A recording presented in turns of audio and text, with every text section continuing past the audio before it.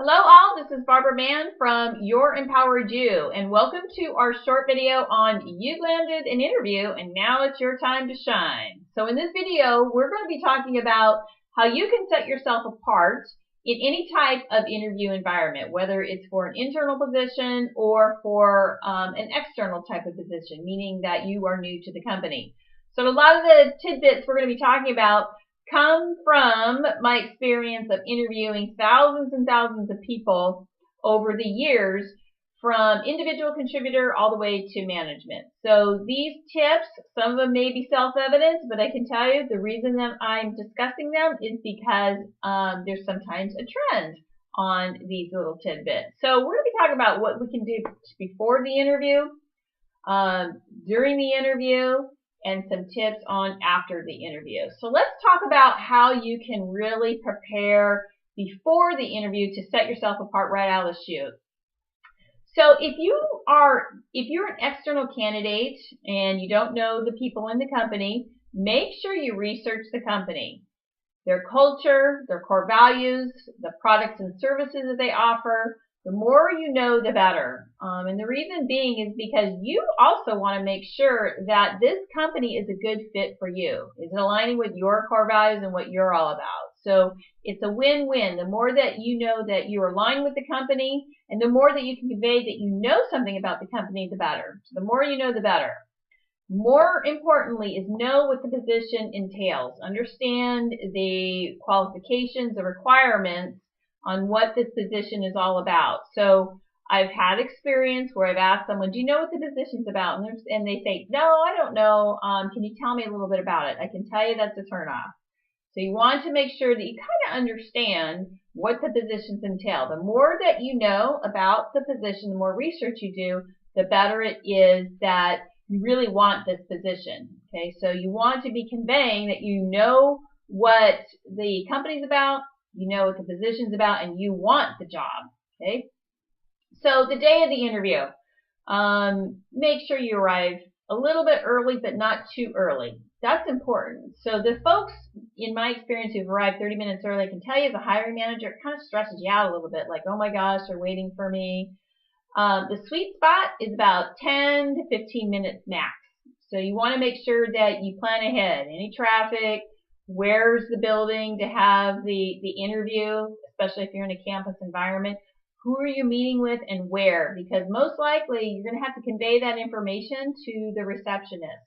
So make sure you have that information readily available to arrive, again, about 10, 15 minutes early.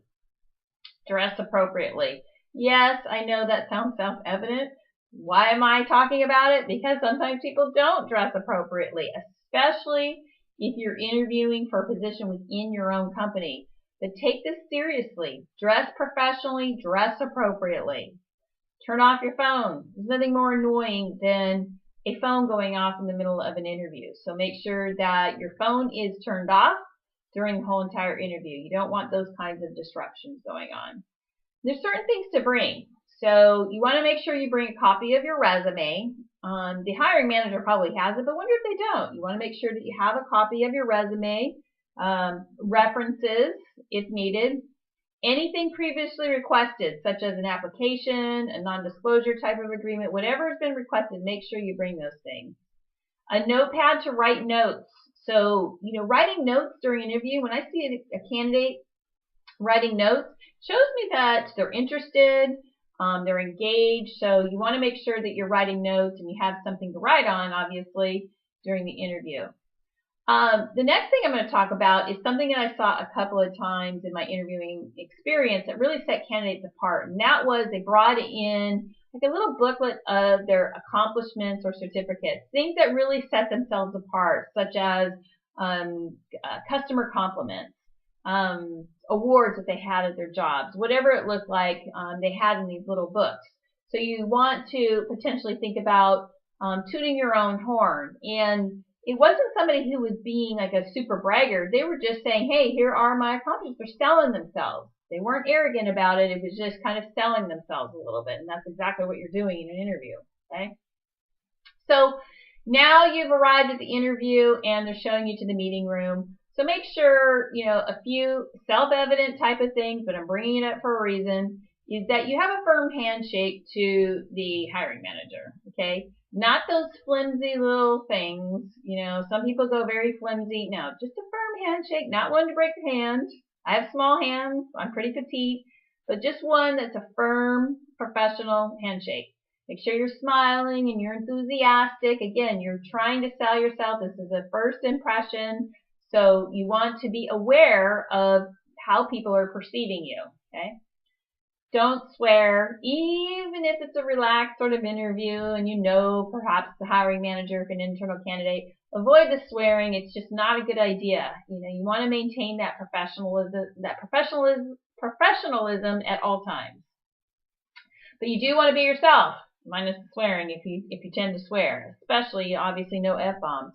But be yourself. Let yourself come through. It's always nice to see someone's personality come through in interviews. Shows that authenticity. If you don't have an answer to a question, most likely they're going to try to ask you a question that maybe you don't have an answer to. Try to think of something that is a similar type of scenario and answer that. They're probably trying to see how you handle thinking on your feet. So, don't just say, I don't know. Just kind of think of something that may be similar and answer that. That's fine. And if you need time to think of an answer, just let the hiring manager know. They'll be patient with you and you'll kind of sit in silence, and that's fine. But give yourself time to think if you need to. That's totally fine.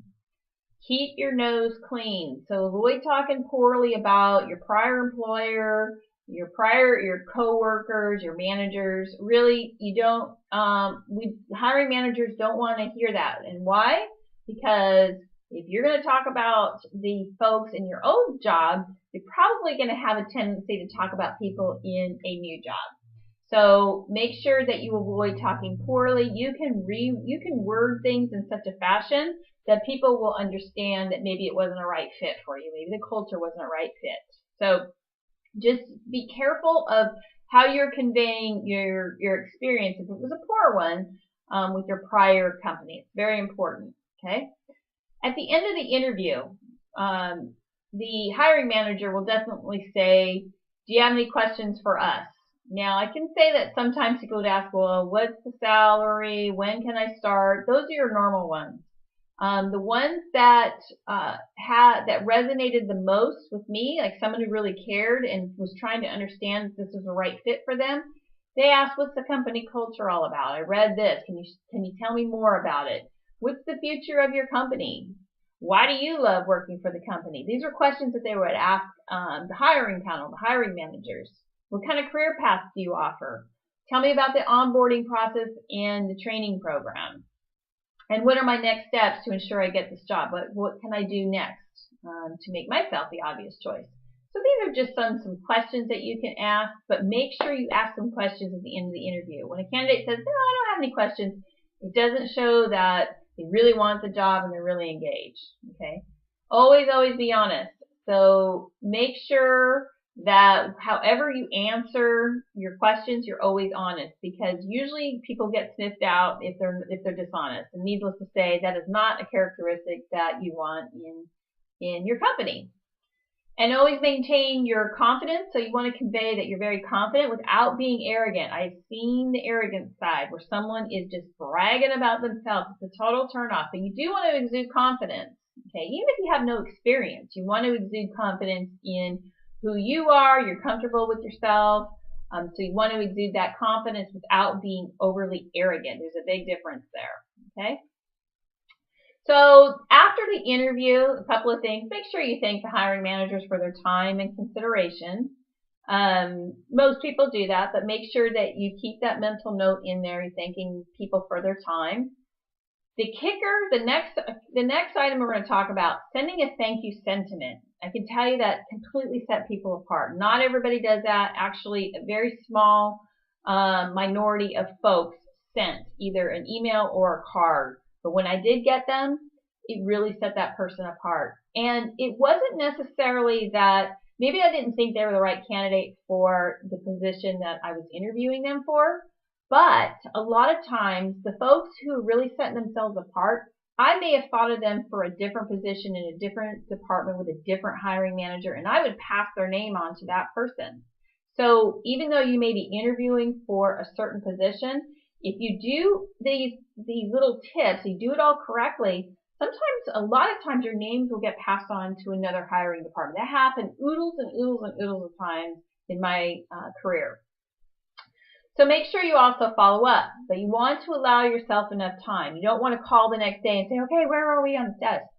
Follow up at the appropriate time. You probably want to ask the hiring manager, when's a good time to follow up? And then do so. If you're not selected for the position, it's not the end of the world. Obtain some feedback. If you really want that position, try again and inquire if there's other positions available. Then go for those as well. But if you, again, what we just talked about, if you're doing the things to really set yourself apart, sometimes that hiring manager has already passed your name on to another department.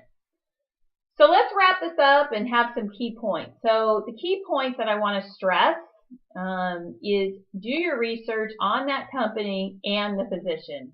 Again, that's a win-win. You want to make sure it's the right company that shares your same core values and that the position is really something that resonates with you. So the more that you know about the company and the position, when the hiring manager asks you what you know, you will have great answers.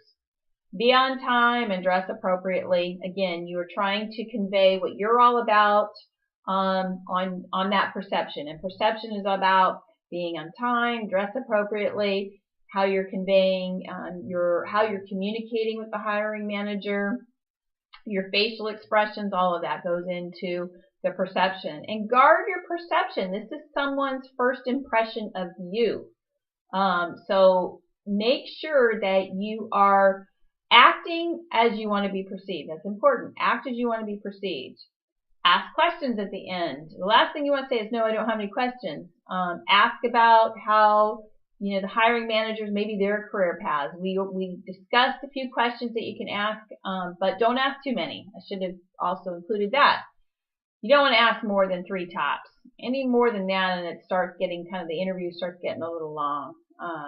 And then make sure you send that thank you sentiment. Again, email. It could be even a text if you have the person's phone number. Anything that says, thank you for your time. I appreciate the opportunity to interview. I hope that, whatever. I hope that you strongly consider me for the position. Whatever that looks like, that sets you apart. So I hope that you have enjoyed our video on how you can set yourself apart in any type of interview. For additional resources or to schedule a session with me, please visit my website at www.yourimpoweredyou.com, or you can email me directly at bman@yourimpoweredyou.com, or feel free to give me a phone call at 916-633-2555. And I thank you very much and hope you have a very empowered day.